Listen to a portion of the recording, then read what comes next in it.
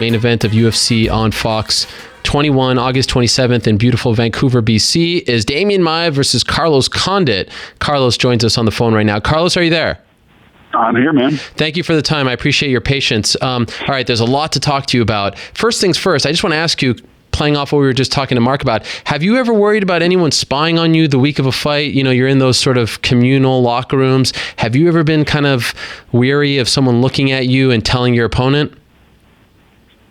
Yeah, the thoughts crossed my mind. And I heard him talking about people filming in the gym, and, you know, it's kind of a no-no. And so, it's something that I'm definitely cognizant of. I haven't worried about it too much, but the thought has definitely crossed my mind. Weird thing. Okay, did you watch the fights on Saturday night? I did. What's your reaction to Tyron Woodley knocking out Robbie Lawler? Of course, you have a history with both men. You fought both men. What was your reaction when you saw that? I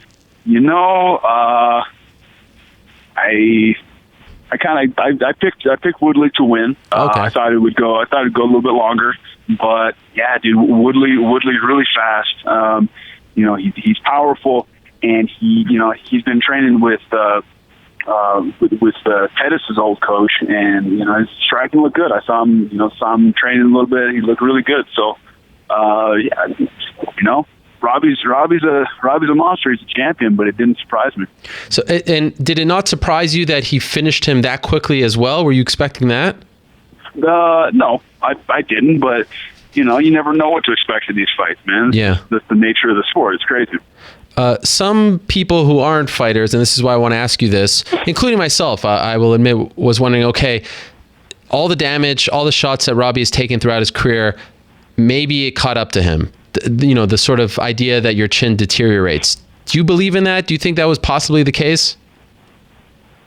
I think that's kind of I think that's true. Whether or not that led to him getting knocked out, I don't know. He very well could have, whether he had a pristine chin that he's never been hit. You take a shot like that from Tyron Woodley, a lot of people are going to go to sleep. Yeah. So like I said, you've been in there with Woodley before. As far as like the hardest hitters that you fought, is he up there as well? Like, can you co-sign the idea that he's one of the hardest hitters in the division? Yeah, the dude hits like a truck. Okay. Sure. So you're in this interesting spot because you're fighting Maia next, and that's a super close fight to the title fight. But not that long ago, you were on this show. And you were saying, and like you said after a fight, you said you may retire, that if there's no big fight. Ultimately, why did you decide to come back and resume your career? A number of reasons. First and foremost, I still got a little bit of time in the sport. I think still got some fights in me. I love it. I love what I do. This is a passion for me. Also, this is how I make a living. This is my job. I got bills to pay. I got kids to feed. So, got to do these fights. Was there a moment when you decided, okay, I'm coming back, that's it, I'm going to resume the career? Like, do you recall the moment? Because you seem to be on the fence, weighing your options, seeing what's out there. Do you recall when you decided that, yes, you were going to come back? Yeah, I think I was on the fence, until, it could have gone either way. It was kind of, if an opportunity presented itself, and it sounded like it was something enticing, I had decided, okay, I'll take it. The fight with Maia is going to it's a tough fight. He's a tough matchup for anybody, but that being said, it gets me back into title contention. I beat Demian Maia. I'm the number one contender, I feel, and I'm back. I'm back in position to get the belt around my waist. Yeah. Is there something about Maia as a fighter that you really like the idea of fighting him, or is it really just about where he's ranked? I like the idea of fighting him because he is one of the best in the world. He's got a tricky style. It's without a doubt a challenge, and it's going to be a tough puzzle to solve. But I like challenging myself. I like, that's why I do this. One of the reasons is to pit my skills and my abilities against other world-class fighters, and Demian Maia is without a doubt a world-class fighter. And so just to be clear, if they would have offered you someone who's in the 9th spot or 10th spot, you may have not have come back. Was it the opportunity to fight someone that highly ranked that brought you back? Yeah, that was definitely part of my decision. And then originally this fight was booked for 202, which is an amazing fight card. Then you get moved to the main event. What did you think of that move? Were you okay with that right off the bat? Yeah, I mean, I like the fact that this new date, it will be a 5-round fight. Main event. I feel like this fight should be a main event. Yeah. The 202 is a huge card, but we weren't even co-main. We were third from the top. I didn't necessarily like that. So I like and then I had a week longer to train. This fight was not super short notice, but fairly short notice. I had to get in camp and get to work right away. So this gave me an extra week to work. Does that mean that Carlos Condit was sort of relishing the idea of doing more media because now you're the main event, more attention on you? Is that what you're really trying to say here to us? Oh yeah, you know me. Because that comes with the main event, right? It does. I think it would be. I would feel weird to not have a whole lot of media to do. I actually did when I went out to fight week, and because we're not the main event. We didn't. I didn't have a whole lot of interviews or anything to do. It was kind of a bit odd and different than my last couple of years of my fight career. But now you go back to Vancouver, and that was the scene of one of your great triumphs, that big comeback win over Rory McDonald. You were just there, right? Were you there? I think, was it last week or 2 weeks ago to do a media tour? Right? 2 weeks ago. 2 weeks ago. Well, did a lot of people bring that up? Did you have good memories of your time there for UFC 115? I did. Yeah, and it was brought up. I really enjoyed that city. That was an awesome experience.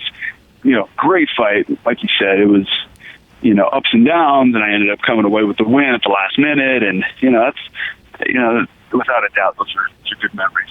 And why do you prefer this being a 5-round fight from a stylistic, athletic standpoint? Do you feel like that benefits you more than him? It could go either way. It could be five more rounds of Demian Maia on my back, dominating me in a jiu-jitsu position. Could be, but I also know that I have very, very good conditioning, very good cardio, and I can use that as a weapon. 5 rounds also affords me more time to create openings and opportunities for me to implement my game. I can end this fight quickly and violently, and I just have to create the opening and the opportunity for myself. Is it fair to say that Demian Maia is one of the more underrated fighters in that division? Like, he doesn't get a lot of the attention that he probably deserves? Yeah, I would say that. Well, here's the thing, though. He's underrated. Because he's a phenomenal fighter. I feel like he should potentially be a number 1 contender. But the thing is, he doesn't. His style is not fan friendly. He doesn't fight. He goes in there and he grapples. There's been a few fights where he's gone in against Chris Weidman, and he threw down a little bit then. But in his recent fights, he just plays it super safe. I was cage-side when he fought Gunnar Nelson, and he had Gunnar Nelson beat. Gunnar was kind of up against the fence. He was kind of he was defeated. Demian Maia had the opportunity. Hey, let's finish this out. Let's throw some strikes. His strikes are actually very decent. He's a good striker, and yet boom, shot in. Just shot in on him, laid on him. He could have at that point, at that opportunity, kind of made a statement like, "Hey, I'm here. I'm not always the boring fighter," but he plays it safe, and he's been playing it safe, and that's why that's why he's not where he should be with regards to rankings or respect among welterweights. So do you not respect a fighter like that because he plays it safe? I respect the hell out of him. I respect everybody I compete against. Okay. As a fan and as somebody who's trying to entertain people, yeah, it's not an entertaining style. My goal though is to make this dude fight. I'm gonna make this an exciting fight. As a guy who's made a career out of being a fan-friendly fighter, are you worried at all that Main Event on Fox, that he will draw you into a fight like that? Anything could happen. Okay. But, that would suck. And hey, if this was my last fight and it was, lackluster and kind of a puff of smoke, that would suck. But, I'm doing my best, and I'm training in a way and bringing a strategy that I hope will make sure that that's not the case. And so you say, if this is my last fight, so is that still in play here? Could August 27th be your last fight? And any of these fights could be our last fights, man. We step in there. This is dangerous. You saw Cyborg with that crazy head injury. Jeez. Any of these fights could be our last, man. This is a dangerous sport. I've been at this for a long time. Yeah, it is a possibility. Anything's possible. I don't think it'll be my last fight, but shit, who knows? You want to go for the belt one more time, at least, right? Yeah, of course. When you see the Cyborg thing, though, I don't know if you saw the after photo of the scar. I did. Oh God! Like, how do you, as a fight, how do you react to that? Does that give you pause? How do I react to it? I react to it. I wish that a dude like Cyborg or like any of these fighters who's putting their bodies through this and putting their health and their well-being on the line. I just wish that we had a little bit more security. He doesn't. This is his trade, right? He's a fighter, and this is how he makes money. Now he can't make any money. Now what the hell is he going to do? And that's how it is, kind of with all of us. So, that's the nature of the sport. Oh yeah, any of us could get our faces broken, and we accept that risk.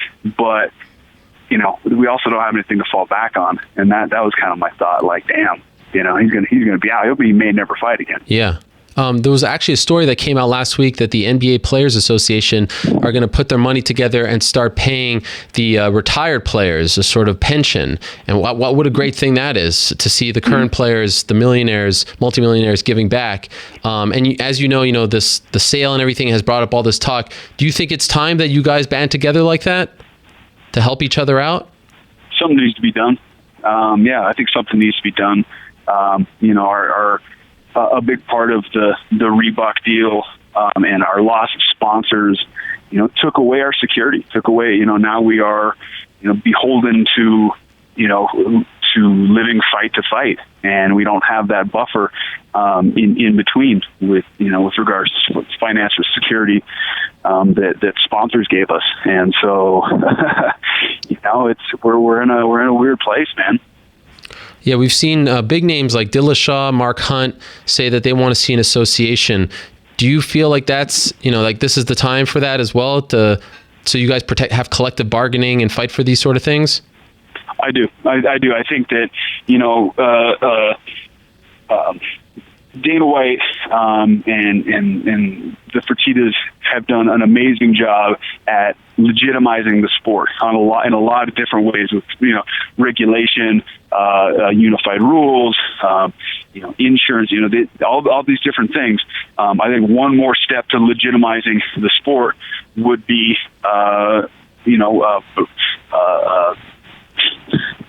collective bargaining for fighters and a fighters association. And why is that so much different than these other sports that they're trying to model themselves after and say, hey, we are a legitimate a legitimate sport as well.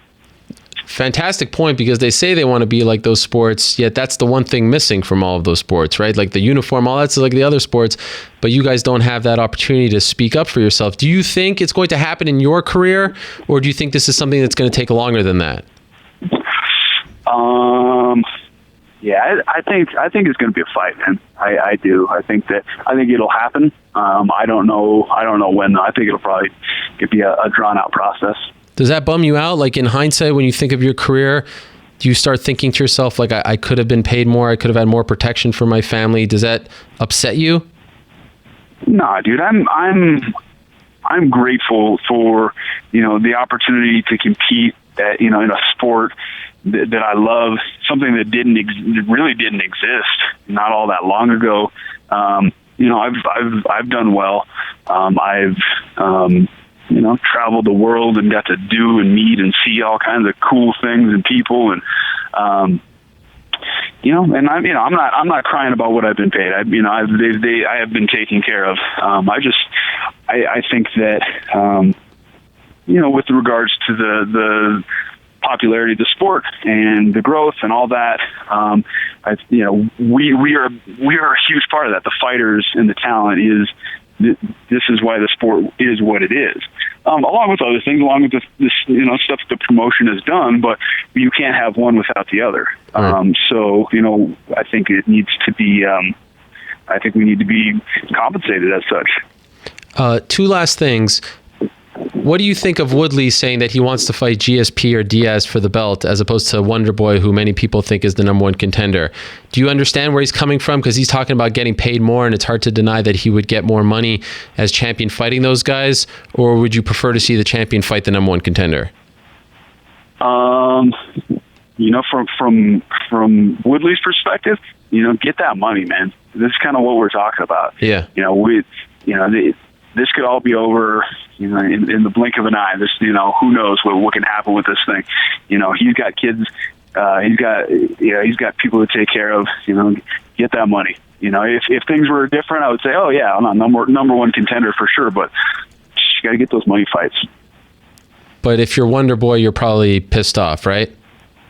Yeah. Well, it remains to be seen who he's going to fight. He said that. It doesn't mean that he gets to dictate who it is, who he fights. Right.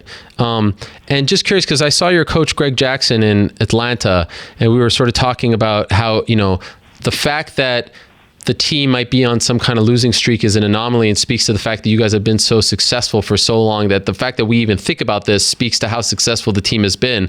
But I'm wondering if you could tell us just how the vibe around the team is these days. Anthony Hamilton had a great win Saturday. Hopefully that kind of gets things back on track. But it has been a bit of a rough stretch as of late. Are you feeling that at the gym? I really don't. And yeah, I know what you're saying. And we have had a lot of, we've had a lot of losses. But we also have a ton of guys competing at a very, very high level who have been successful in the past. So it's just kind of, the odds are sometimes you are going to have these losing streaks or these bumps in the road. But with regards to the attitude in the gym, not at all, man. It's the environment is dope. Everybody's, there's great momentum, there's great energy. That when we step in there, there's the possibility that we're going to win, and there's a possibility that we're going to lose, and that's kind of it's a risk, it's a gamble.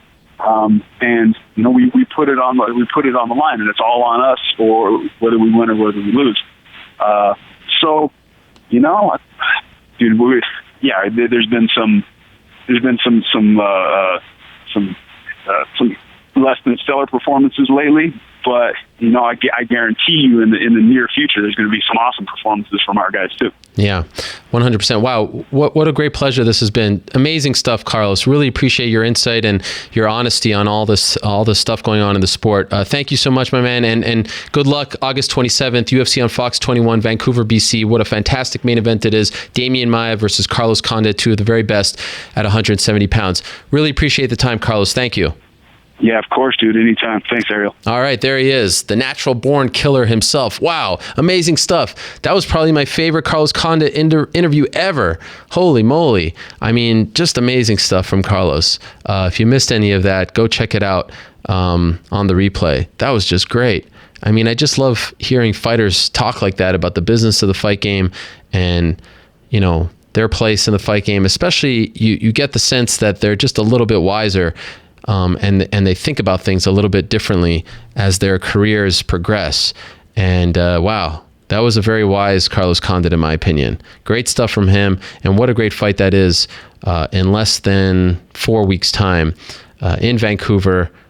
Beautiful city. If you've never been to Vancouver,